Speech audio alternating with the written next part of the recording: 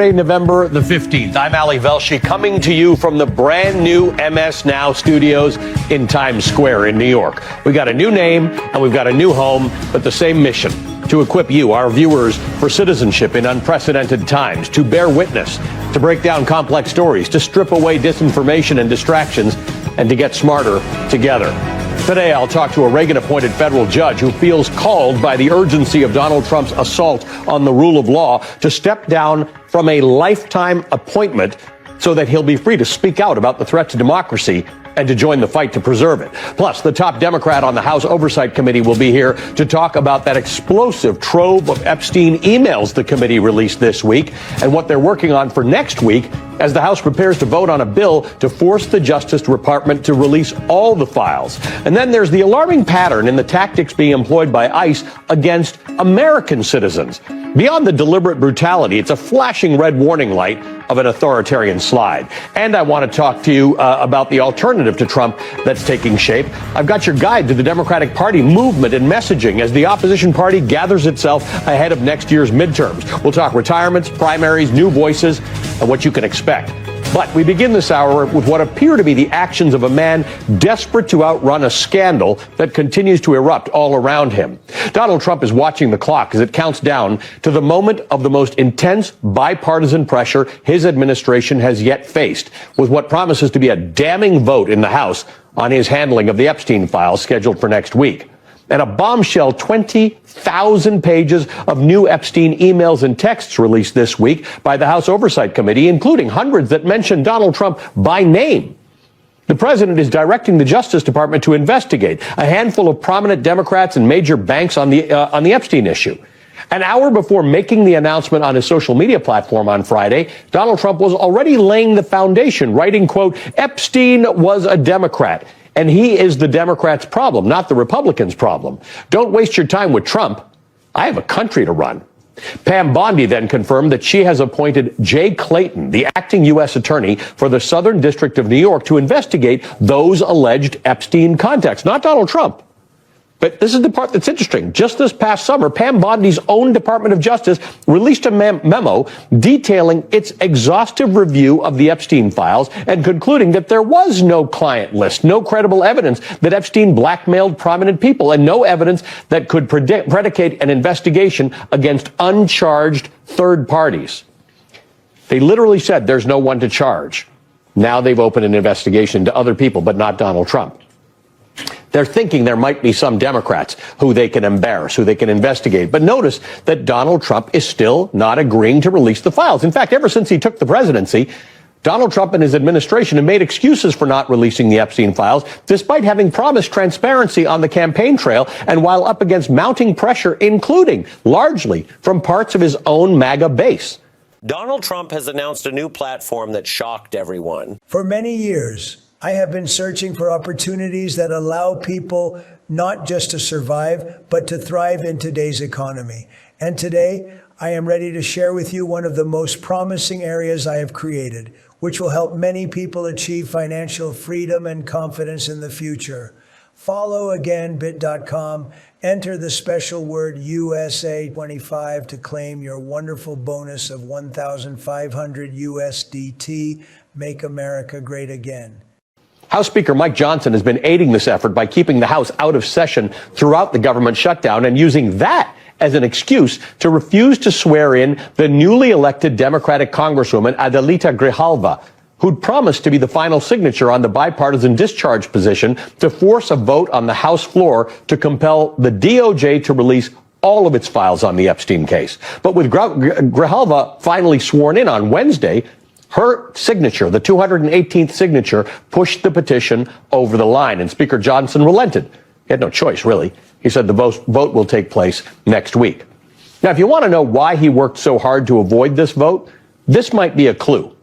Politico is reporting that Republican leadership is anticipating as many as 100 defections when it comes to the vote.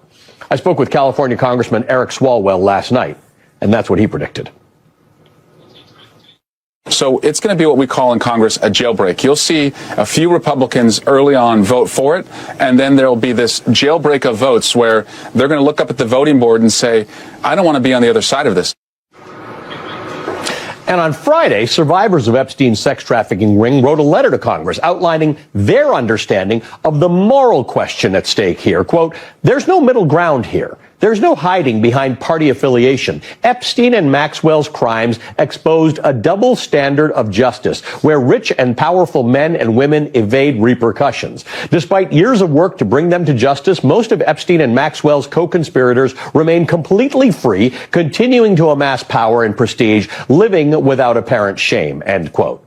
And the president spent his Friday night making the point that all of this was quite bad for Republicans. We think it's bad to talk about it because it gets away from the subject of how well the Republicans are doing. When you talk about the Epstein hoax, what happens is you're not talking about how well we've done. Which is why, despite everything being Democrats' fault, he's turned his ire toward a pair of Republicans who've pushed for the release of the Epstein files. Kentucky Congressman Thomas Massie, who's pushing the Epstein file bill in the House, and Georgia Congresswoman Marjorie Taylor Greene, who signed the discharge petition, but has also been broadly critical of the president in recent weeks.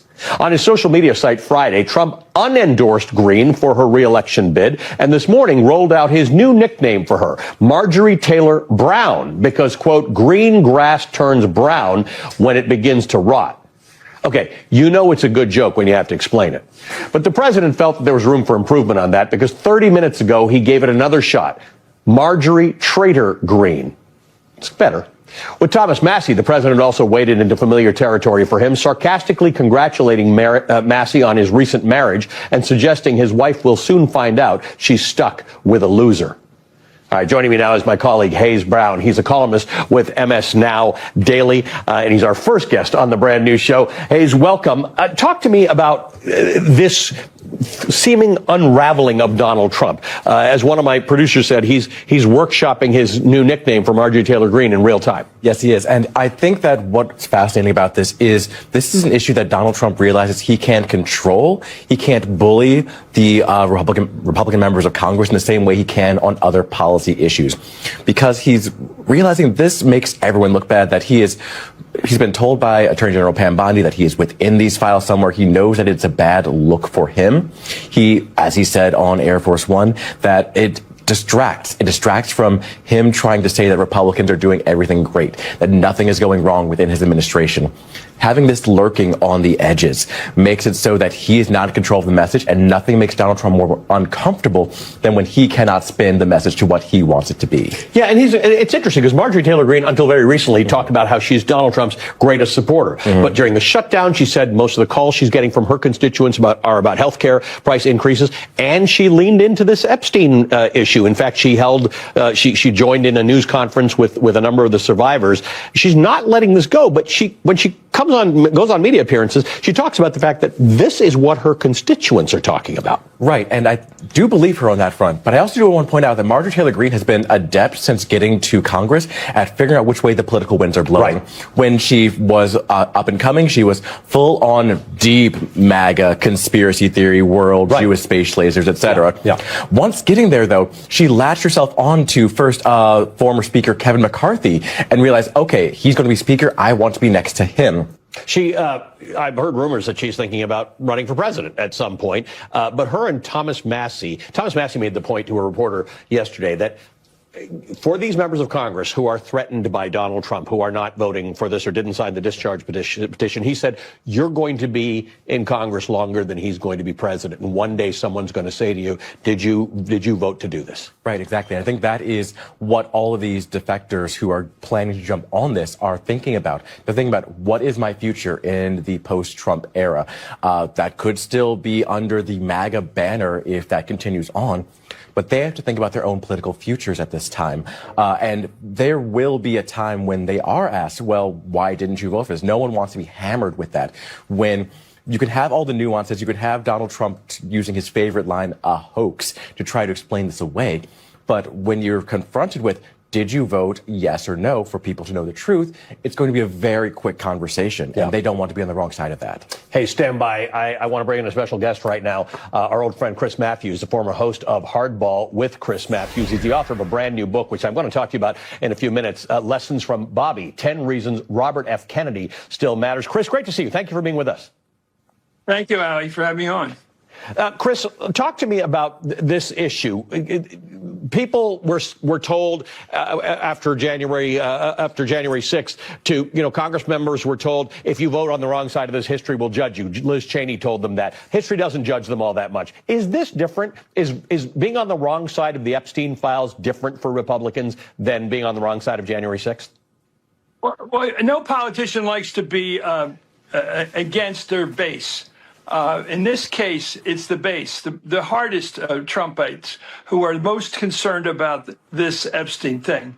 And they want the answers. This is a classic example. The reason that guy went into the Comet Pizzeria, where I take my kids in there for pizzas when they were growing up, of course, and that guy had a shotgun. He started shooting into the building because he thought there was something going on with trafficking going. This is a real, you can't call it a hysteria, it's a belief that the rich people of the world, the elite, if you will, are harboring this world of underage illegal behavior. Let's put it that way. And it's immoral, of course. But and they are convinced of it. And if you tell them that's not true, well, you're part of the problem. You're the deep state. You are the deep state, sir.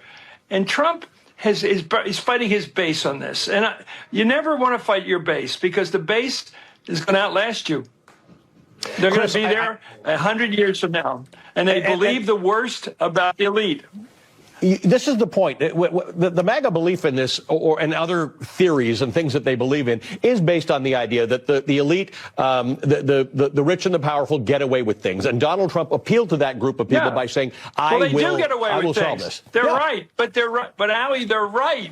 They do get away with things. They do get to hide their money. They do get to avoid taxation. They do get to live in Mar-a-Lago land. They are the Bastille. This is like the French Revolution. To the people who really think the worst about the government, they think it is the government. It's just one block of people all working together against them, whether it's the IRS, the FBI, whatever it is. They believe that. In their own lives, they do come across evidence of that.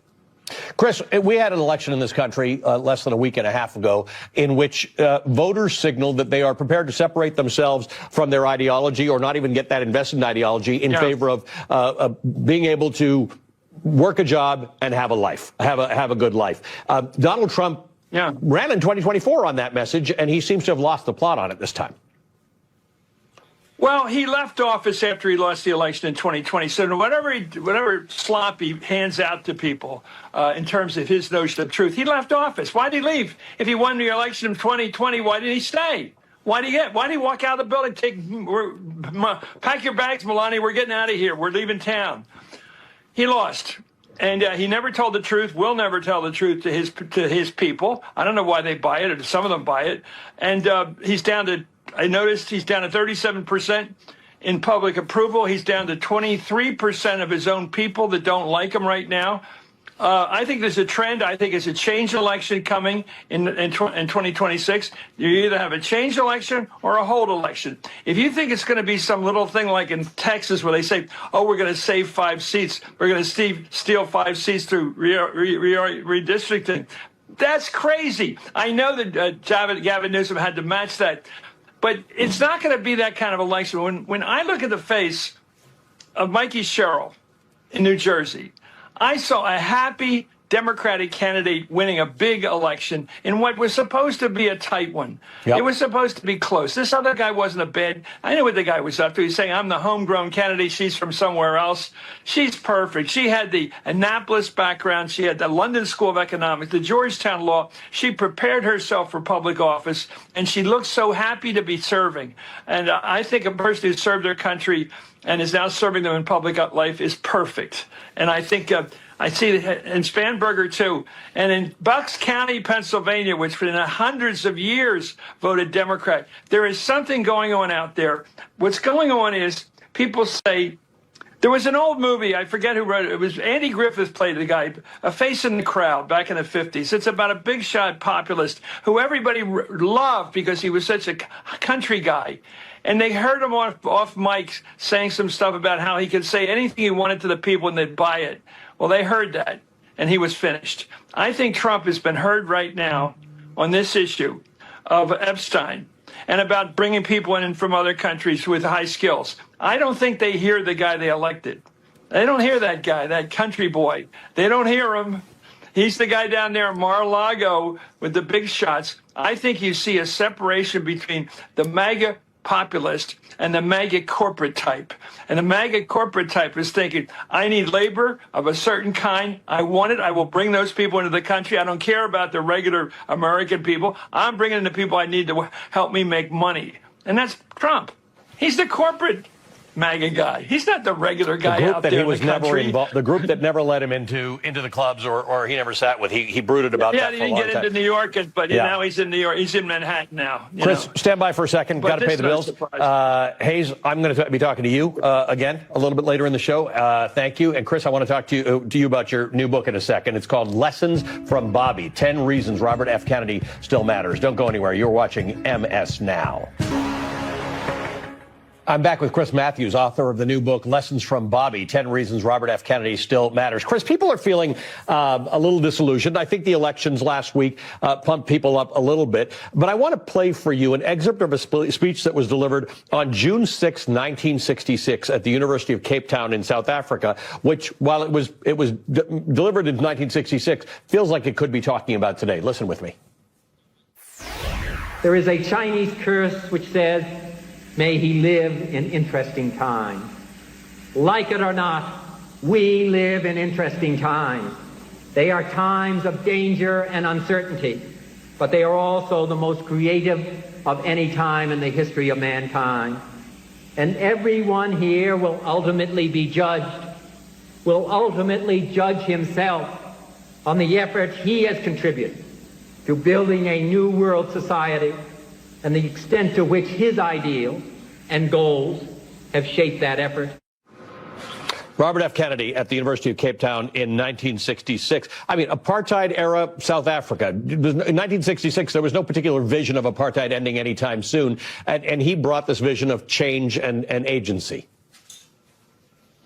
Yeah, he also said in his when he was alive, between really 63 and 68, when he was killed, he talked about having an African-American president. He said, well, have it. He was off by 8 years. His prediction was off by 8 years when Obama was elected. So he was thinking about the future. He didn't know about Nelson Mandela and what one man who went to prison for, 28 years could do, and how he could change South Africa and be the hero to that for all time, really.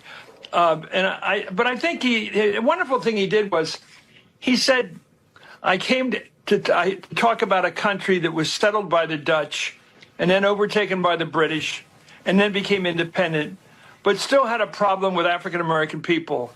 I didn't say African-Americans, African people, and he said, I'm talking, of course, about the United States. And the people in the audience thought he's talking about South Africa because the history was so similar. And he was trying to be understanding. He said, every country has to solve its problems in its own way. And I think that's one reason why. But the point I think you're making is ripples of hope. Each individual can try to do something different. And we know this is true.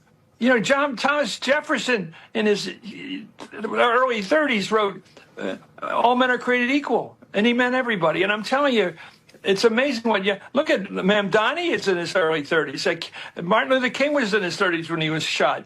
Jack Kennedy was 46. Bobby was 42. These are not old men. These are not geezers. These guys, and what they did when they were when they were alive, to be honest with you, and they made a difference. Chris, good to see you. Thanks, friends, for joining us on our first day on MS Now. Chris Matthews, former host of Hardball with Chris Matthews. Good luck. Thanks, buddy. I appreciate it. Thank you. He's the author of the brand new book, Lessons.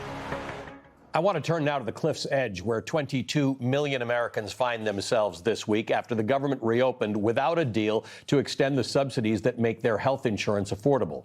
These subsidies were first put in place under the Affordable Care Act in 2014. The Affordable Care Act was introduced in 2010. The subsidies were put into place in 2014. They were expanded again in 2021. The Kaiser Family Foundation estimates that Americans receiving Obamacare subsidies paid an average of $888 in premiums this year. That's the bar on the left. Next year, without those subsidies, they're expected to pay $1,904 in premiums.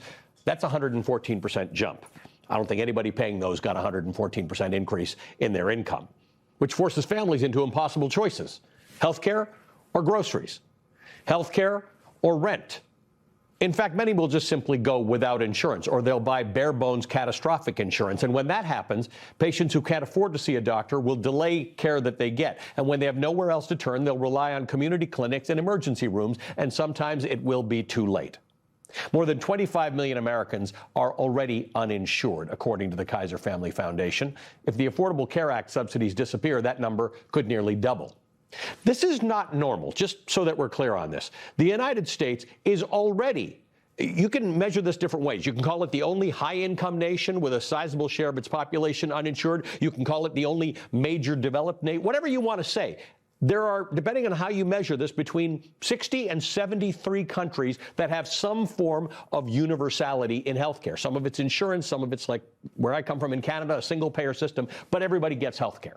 We are the only high-income nation in the world without some form of universal health coverage. And that lack of coverage shows up in outcomes. According to the Commonwealth Fund, the U.S. has the lowest life expectancy, the highest death rates for avoidable or treatable conditions, the highest maternal and infant mortality, and among the highest suicide rates of any wealthy nation. All of which are poised to get worse if 22 million people lose access to affordable health insurance. And while Democrats did not manage to convince Republicans to extend those subsidies as part of a deal to reopen the government, they are now making it clear who will own the health care crisis that will unfold if Republicans continue to block renewal of the subsidies. Donald Trump loves to own things and slap his name on them. Well, he now owns the American healthcare system. It is Trump care. Millions losing coverage, that's Trump care. Americans paying more for insurance, that's Trump care. Everyone having to drive longer and take more time off work, that is Trump care. Kind of interesting because Obamacare was meant as a derogatory thing in the beginning. Of course, Barack Obama embraced it. Trump care is not going to ever be something that anyone's going to embrace. I'm going to talk to Zeke Emanuel. He's a health policy expert. He's an oncologist. He's a professor at the University of Pennsylvania. On the other side of this, about how we actually solve this problem if we wanted to solve it. Stay with us. You're watching.